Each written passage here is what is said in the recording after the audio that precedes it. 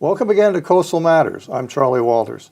This is a monthly production of the Nantucket Coastal Conservancy in association with Nantucket Community Television, Channel 18. My guest today is Rita Higgins, who in April of 2017 was elected to the Nantucket Board of Selectmen. It was the first time she had ever run for political office. Thanks for coming on the show. Thank you for having me. What made you decide to run? It was a combination of things going on at a higher national level and feeling like if there's things that you want to see be done differently, then you have to jump in and be a part of the conversation and be a part of that change. I also felt that where I could have the most impact and be most effective would be locally. And I felt that in terms of defining a vision for Nantucket, it was really important, based on what the island's facing today, it's really important to have a multi-generational board and to have someone who's dealing with the impacts of the housing situation day to day. And as well, even just the background where I see the island is really, we're growing, and my background is at that perfect point in time when my background seems to suit the issues, the housing, the environment, the development, suits the issues. So it was a good time for me to run. You used a campaign slogan, for lack of a better term, which was a voice for home. What do you mean by that? A voice for home, it's multifaceted. For me, it had two components. One is Nantucket, the island is home. There's a lot of islanders, there's a lot of people who've been coming out to Nantucket who feel that the island is changing, and it's changing in a way where you're either faced with a situation where you can't call it home because of the housing situation, or you're not sure if you want to call it home because of the way that it's changing. And for me, I wanted to, again, be representative of the people who aren't always able to call it home or can't consider it home because they can't see how they'll be able to stay here in the long term, but also look at how Nantucket is going to change and how it develops in the future, where it's a place that we all want to call home. When I first moved here in 1971, what was then the summer population is now the winter population, the same figure, which I find staggering. Mm-hmm. Nantucket's continuing to grow in population. Cape Cod is actually shrinking, which I also find astounding. But you talk about smart growth. Mm-hmm. Describe your idea of smart growth. For me, smart growth, when I said smart growth, there are many people that said, well, we're very strategic in our growth and we're planning for growth. But I don't think that the one element that is missing that would make our growth smart is understanding the environmental impact. Because you really do have, the more people you have, the more of an environmental impact you have. And I think we've got this seasonal situation where we're a small rural island most of the year. The influx of summer people means that we have to build our infrastructure and understand the environmental impact of that seasonality. We have to understand that down to a T in order to build the infrastructure for that. And to me, smart growth is also not growth for the sake of growth, because all growth is not necessarily good, but really saying, this is how we see ourselves growing, this is where we see ourselves growing, and this is how we're going to do it. And I don't really see, I see, plans for the future and sort of concepts of what Nantucket would be like, but not a sense that there's a defined vision of where we're going. And again, I absolutely see the environment being a missing component of that growth, the plan for growth. And I think to be smart growth, you have to include the environment and understand the environmental impact of growth. So what you're saying, by extension, is growth isn't automatically bad, but badly managed growth is. Where do you see Nantucket in 10 or 15 years? Or 20 or 25 years? I don't have an answer to that either. Yeah. I think, and this kind of goes back to your very first question about why I ran, is I think that I don't exactly know, and I don't think it's necessarily me to decide, but I think many people right now feel like they don't know, where I think in years past, up until now, we felt like we kind of knew what Nantucket was going to be in 20 years. And I think it's become such a big question for so many people. The role I would like to play is really getting everyone's thoughts together and making that a focus for the town to understand what it'll be like. Because I think right now there's a vision, a concern that we will be seasonally driven and everyone working here will end up being commuters, and that's not a vision that I would have for Nantucket. I think that in the very basic vision, it would be a thriving year-round community, much like we have been, not a commuting community, but being able to provide for seasonal residents and also year-round residents on the island and have the services that we need. Well, the argument for affordable housing is obvious. You've got people living in appalling conditions down here. But somebody on the other side might say, well, at least we're not having to provide services for them if they're commuting. So there are good and bad aspects of both, and I don't have an answer either. Yeah. I think that comes back to, again, who are we as Nantucket? Are we a community that provides for the island as a community, or are we a community that's driven by economics and market? And I think, the market-driven Nantucket economy would suggest that if people are willing to pay for houses at this price and other people can't afford it, but they can commute, they're willing to commute from off island, then that's where we go. And, I would counter that with saying that I think that we have a strong community and we have the opportunity to say that's not where we want to be. When it comes to affordable housing, I think if we aren't able through the market to allow for if the market doesn't allow there to be affordable housing for your middle class and your lower middle class and your lower income people who are providing year-round services and seasonal services, then I think you just really do lose your sense of community. Well, another argument against having such a large commuting workforce is, think of all the money that those people are making on Nantucket, and hardly any of it gets spent on Nantucket. It's just taking money away. It's providing jobs and work gets done, but a huge amount of money just does not get spent here. Yeah. I guess, a community economy for many reasons doesn't make sense, whether it's like you said, the money isn't being spent back on the island. The costs, the ferries, the flights, and the loss of a dynamic community. I think all of those, to me, a majority commuting Nantucket doesn't make sense. And I think there's a lot of people that don't, people who are commuting now, they don't want to do that. And I think that, if the economy picks up elsewhere, they'll make the decision to not do it. So I do think, 20 years, if it was a commuting island, it might work for a bit, but will it work for another 10, 15? Or do we just have people who no longer want to commute? They have better opportunity elsewhere. Quality of life is better, and decide not to do it.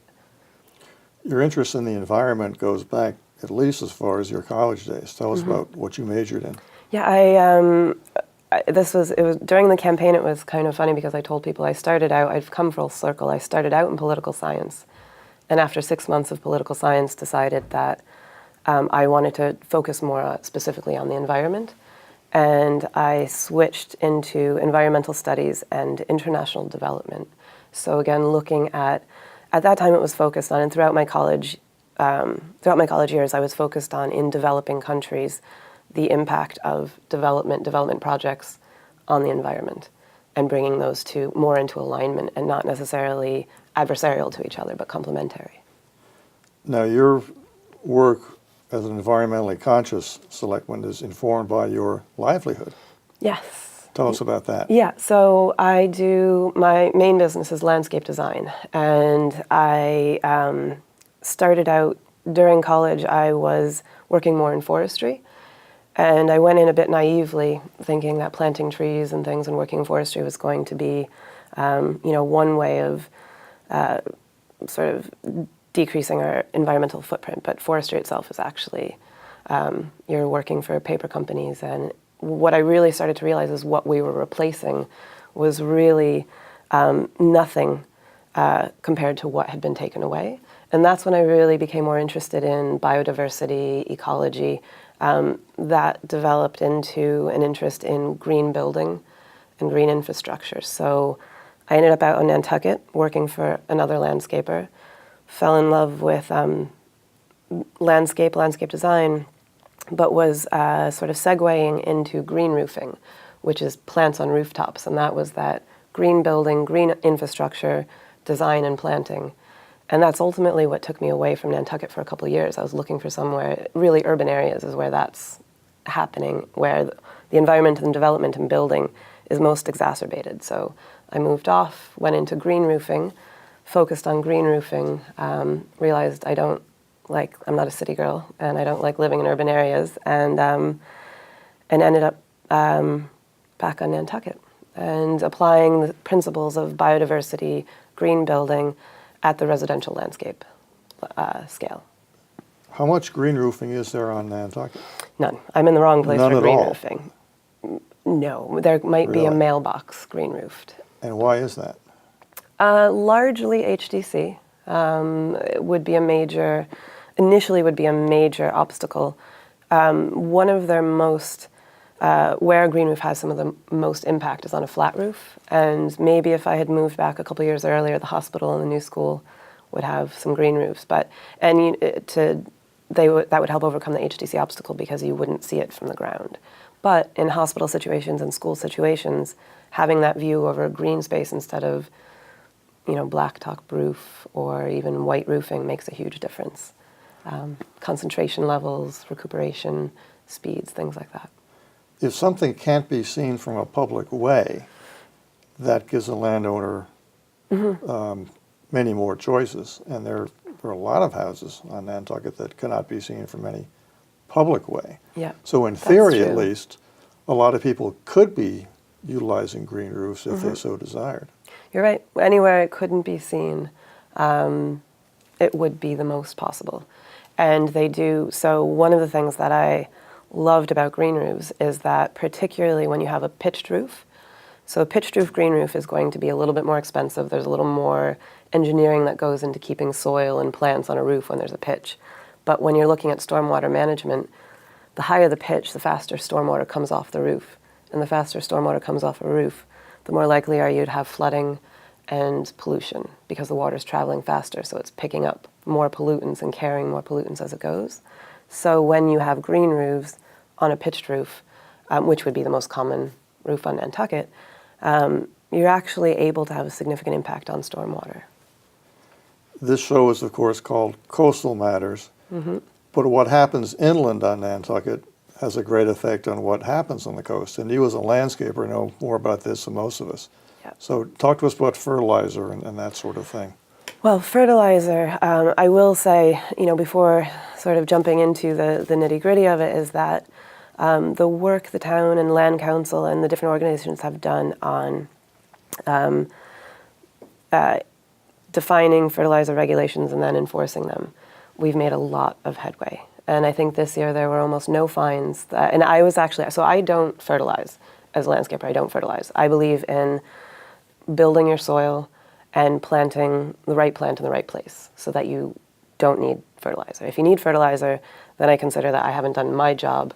As a professional, I've put the plant in the wrong place. But I was stopped on Main Street by someone from the Board of Health who was in a very friendly way just asking if I was fertilizing, what I was putting down, if I had the licenses and needed. So I do think we've made a lot of headway, but fertilizer is a major, major problem. And it really is. It comes down to application, the timing, the amount, the type. And I personally advocate for reducing lawn as the best strategy because a mowed lawn, a maintained lawn needs fertilizer at some point. Even organic lawns need fertilizer. And that stuff will end up in the harbor, and that doesn't help eelgrass, No. et cetera, et cetera. It snowballs. Yeah, and not just eelgrass. I think eelgrass and scallops are, the eelgrass is a great indicator, and scallops are sort of like the World Wildlife Federation's equivalent of a panda. It's something that we can all connect with, and we don't want scallops to disappear, and therefore we don't want eelgrass to disappear. But there's so much more that is being impacted and affected by the nitrogen that we can't see, the nitrogen and the phosphorus, that we really have to understand that it goes beyond the eelgrass and the scallops, and that repairing damage, especially when we can't understand or see all those moving parts, everything that's going on, in terms of the ecological processes, when you add more nitrogen and phosphorus, we don't know how well we can restore and repair. So I think reducing, and I do think the best approach is just, I love lawn, I love running around on lawn, but, being realistic about how much lawn you actually need and use, and trying to convert anything in excess of that into ideally some sort of native buffer. You mentioned enforcement. Mm-hmm. How do you go about enforcing this sort of thing? I think enforcement, well, the town's been doing it where they've been going around and looking for landscapers and asking, do you have, if you're putting down fertilizer, do you have a permit? I think there has to be some sort of self-regulation or within the industry as well. But when it comes to enforcement, I think the town has limited resources. I think I'm always an advocate for incentivization. And I don't necessarily have the answers to how we do that, but we have to get everyone on board, from the homeowner down to the landscaper, understanding the impact of what they're doing and providing some sort of incentive to not fertilize their lawn or to not have a high maintenance lawn. Well, fertilizing is going on in a lawn. Is it the landscaper's responsibility? Is it the property owner's? If it's a renter and a renter calls up a landscaper, who is ultimately responsible here? For me, I think I think it depends on, the landscapers are responsible for professional standards, for fertilizing, for doing their work professionally. But I think that it all comes down to the homeowner and the property owner, and that if there can be attention put on incentivization for property owners and homeowners to understand what the impact of lawns are having on Nantucket's ecosystems, aquatic ecosystems, I think will be more effective than just simply regulating and enforcing on the landscapers' end.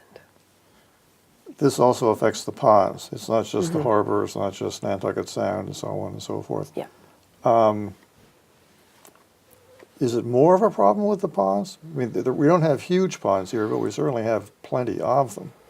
I think that, I don't know enough of the science about pond ecology, but I would say that ponds are more vulnerable because in a lot of situations, as they close up, as there's less water, as there's less oxygen, as there's less natural processes, they really rely on us. I think the ocean has the ability to flush things and move things around more easily. A pond just chokes itself and dies, whereas the ocean has the ability, just through its vastness, to adjust. But I think we also lose, it also has the ability to transport nutrients and pollutants farther so that we have less of an understanding exactly what the impact is. And ponds, I think there's even more human intervention needed to restore a pond once they're degraded. Sewers. Obviously, sewers are a way of dealing with some of the things you're talking about now. But the cost of a sewer can be astronomical. Yeah. What are your thoughts there? Well, I think that when we look at the cost of the sewers, I think that, we can say, the Mattocket sewer, I believe, was in the 80 million range. It's huge. But in some way, shape, or form, if there's nitrogen phosphorus going into, excessive nitrogen phosphorus going into the ground from septic or from lawns or from wherever else, there's still a cost. Again, this goes back to there's an environmental and social cost to that we're not accounting for. So I think that on one hand, 80 million, it's easy to put a price on labor and materials, but I don't think we're not really offsetting it with an understanding of what the environmental costs are if we don't do anything. And I think you can look at what is the environmental cost of losing scallops or losing all our eelgrass or affecting our drinking water.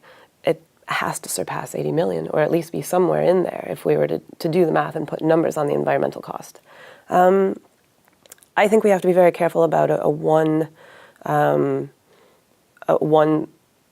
answer or one solution. I think this goes back to growth and understanding the capacity that we have now with our wastewater facility and sewering the whole island. Are we taking nitrogen, are we making sure that septic systems aren't leaching nitrogen phosphorus into the soils and the water, yes, but is having everything sewered, what's the cost and the impact of that? I don't know that it's necessarily the best answer either. And I think it also goes back to, again, enforcement and regulation. One of the things that I think is most important for Nantucket right now is testing our wells, because I think using that data to understand where our nutrients, where our pollutants are coming from. Right now we're using sort of a standard assessment of 60% is coming from septic, 16% is stormwater management, and other numbers, fertilizer, runoff, all fall into that 100% where your pollutants are coming from. But we don't know until we do our own data collection and analyze our own data. It's difficult to know where we should go next. Is it sewer? Is it more fertilizer control? Is it lawn reduction? Is it, septic systems, better septic systems? Until we have our own information, we don't know. And I think when it comes to enforcement and regulation, I think we really need to find a way to get all the wells in Nantucket tested, because that is the key to how we decide where we're going to be spending our money.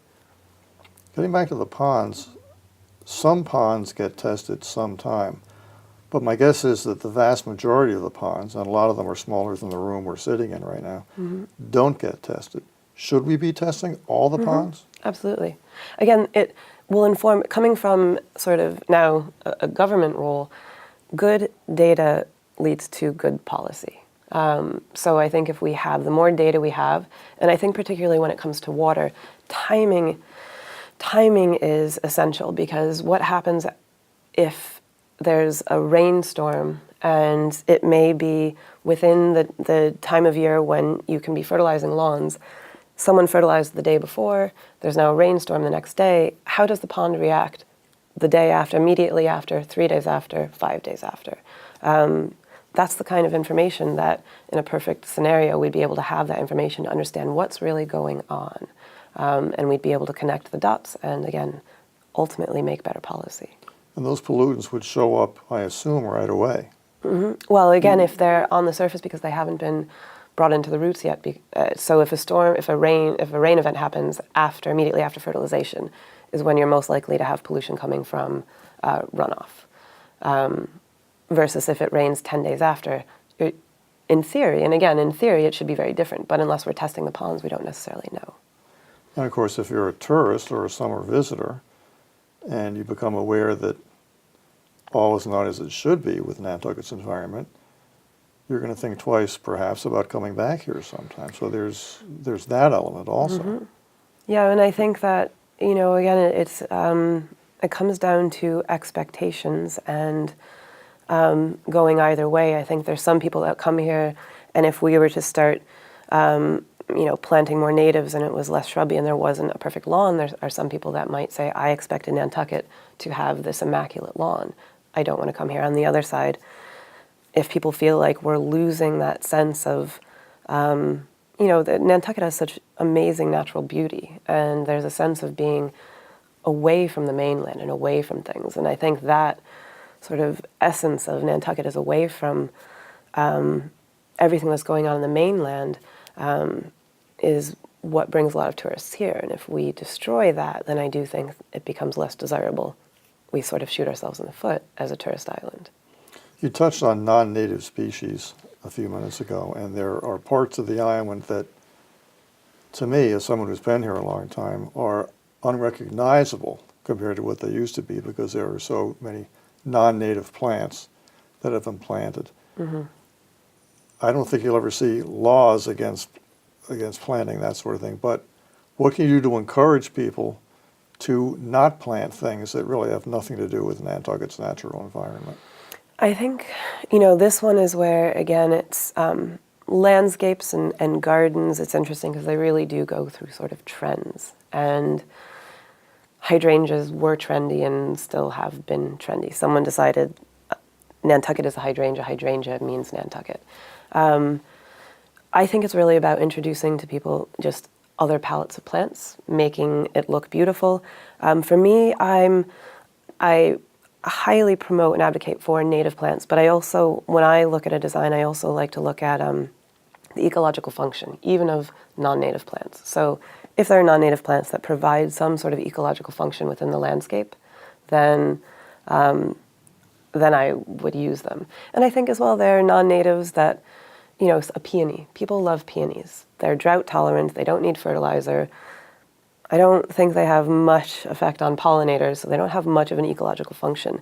Do they have a place in a garden? Yes. So I think it's about not being too extreme on one end, but really understanding what you're planting, why you're planting it. And I think when we're building, I'm working on a project right now where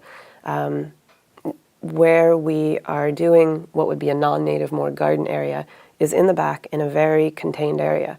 But the rest of the house, what we're hoping to do is really piece back together the natural landscape that was there and make the house and the landscape feel much more integrated, aged together. And I think that's where there's a lot of scope for having your non-natives, having your gardens, but just reducing the size and then understanding, putting the houses back into the landscape and using your natives there.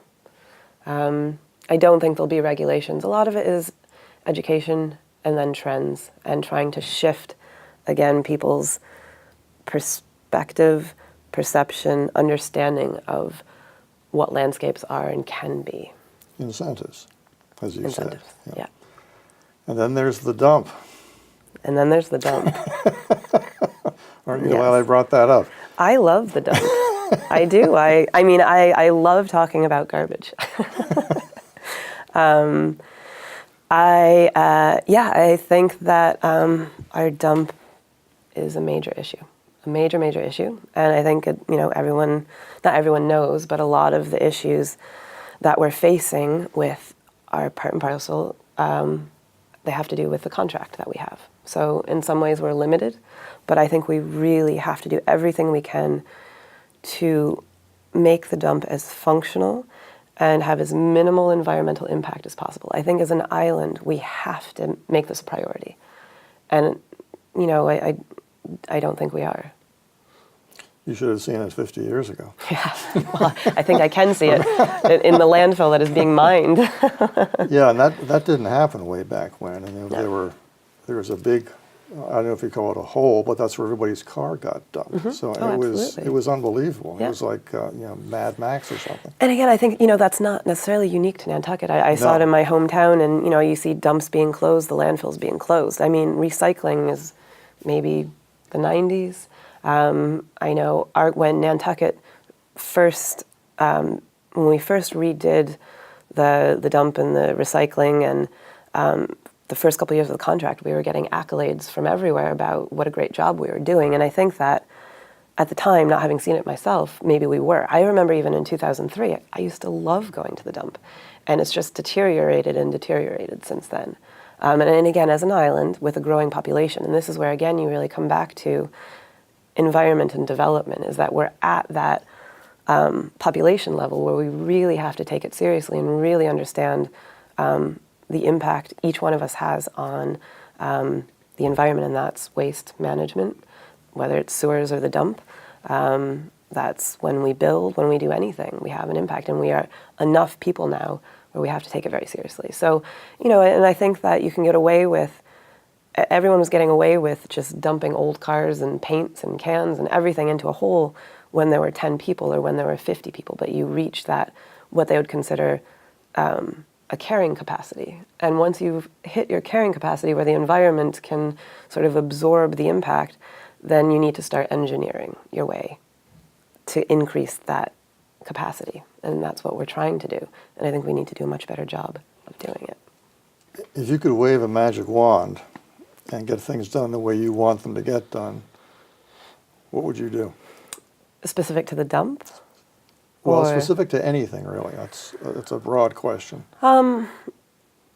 I think one of the things, the magic wand waving, one of the things that I would love to be able to do is have